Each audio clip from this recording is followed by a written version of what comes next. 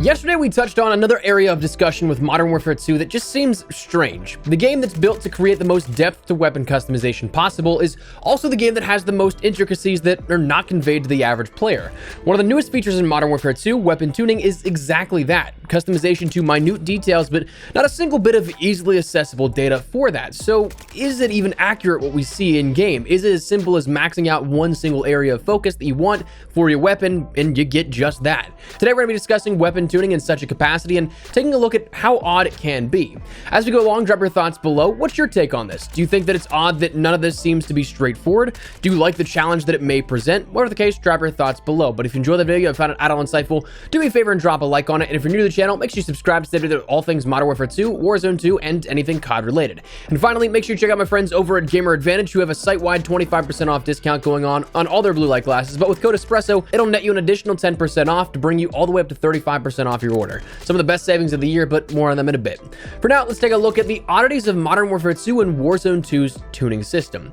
So weapon tuning was introduced this year in a way to fine-tune individual attachments, something that gives a little bit more customization, a little bit more depth to the create a class process.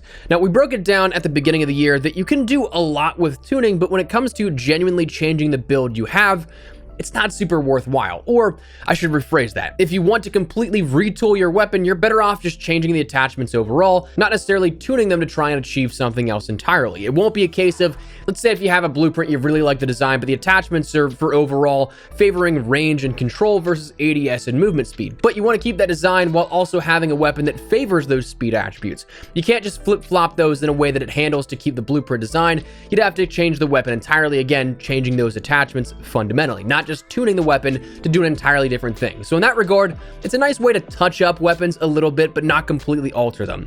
But this year, tuning is being something that is a more so major feature that's being shown off. I mean, Infinity Ward have always been gun nuts and they want that level of customization, giving as much depth as possible. But really, while we have these features and systems, we have no real way to accurately know if it's truly for the better on some weapons. And one thing that's really confusing to me is that we have pro-tuned weapons, which are predetermined tuned weapons that they're selling as blueprints, not necessarily so much as a PR and messaging degree, but more so like literally they're selling blueprints in the store that already are tuned in that degree. So when you have this and you don't quite know exactly what's being adjusted to a descriptive degree, how worth it really are these? Well, as of the last 24 to 48 hours, we've had a couple of different members in the community break this down a bit further. The first one that ended up coming out with some information was Tony, or True Game Data. He detailed some initial testing, which again, as with him and the upcoming creator of Ace, we'll leave the links down there in the description below to the videos that you guys can check those out a little further for the actual testing and data that they ended up providing. But it's something that we learned from Tony's video that weapon tuning is more so additive in nature in terms of what you can tune for those weapons. It's not necessarily something that will compound explicitly based off of other builds where it's to a more so multiplicative degree. Instead, it's linear, so you can stack things on top of each other, but if you say tune a grip, that grip will always have the same tuning values and adjustments to the overall build, whether mixed with other attachments or just by itself as the solo attachment on the weapon. Same thing if you were to say alter a stock, a scope, other things that you could end up tuning like that, they'll all be additive in nature, not necessarily multiplicative. But also what's interesting is that Tony ended up finding that the values are non-linear in the way that you use the sliders. Not necessarily the values themselves, but the way that the sliders interact. Sometimes just going right, left, up, down does not always offer the best yield by maxing out that value. This was corroborated by Exclusive Ace's findings, where the stat bars themselves, they're not really a great indication and always accurate. And if they are, it can go two different ways. Either one way, what you see is exactly what you'll end up getting, but also at some points there will be deviations where what you think is just maxing it out to the right or left, up or down, it's not going to be the best yield that you can possibly have for some of those attachments that you're tuning.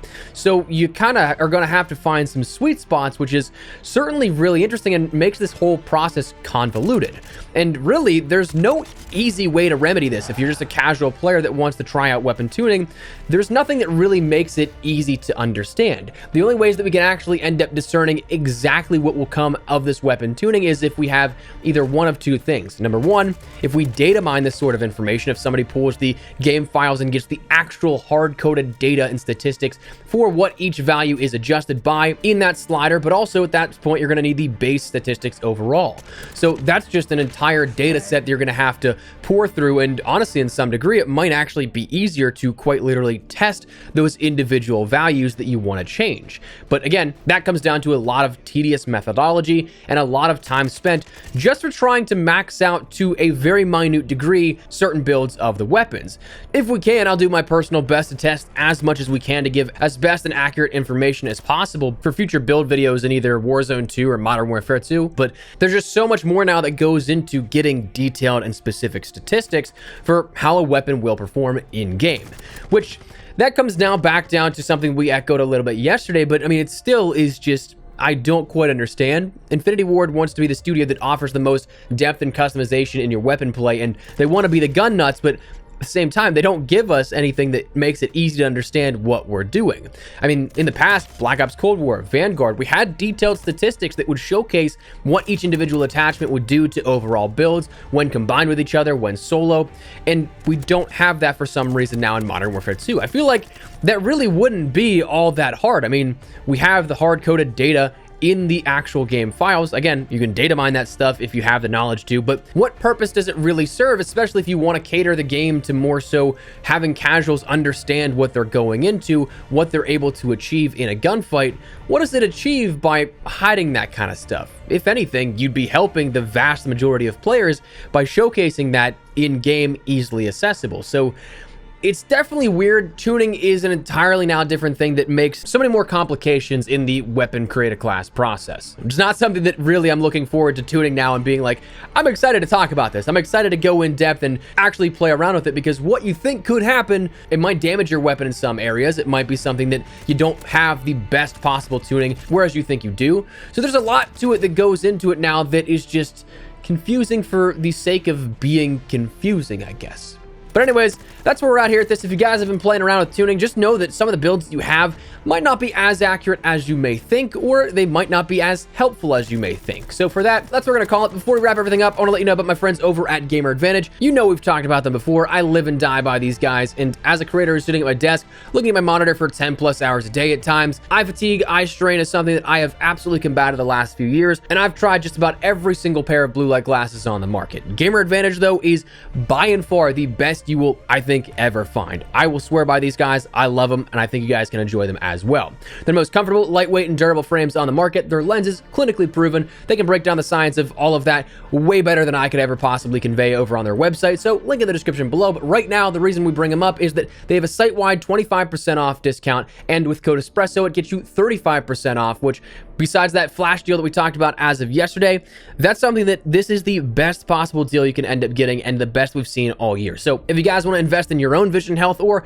grab something that's a nice little stocking stuffer gift for somebody you may know with the holidays coming up, now is as best a time as any to check it out. So if you're interested, check the link in the description below. Use code ESPRESSO for upwards of 35% off. But for now, that's what we're going to call it. So let me know your thoughts down below. What do you guys think of this here? Are you guys a little bit more overwhelmed by the aspect of tuning and how you can change weaponry in Modern Warfare 2 and Warzone 2 now, or are you just not really going to care too much about this? Whatever the case, drop your thoughts below. If you enjoyed the video, you found it at all insightful, do me a favor and drop a like on it. And if you're new to the channel, make sure you subscribe so you don't miss a single thing regarding all things Modern Warfare 2, Warzone 2, and anything COD related. For now, though, thanks so much for watching. My name is ESPRESSO. I'll see you guys later. Take care, and peace.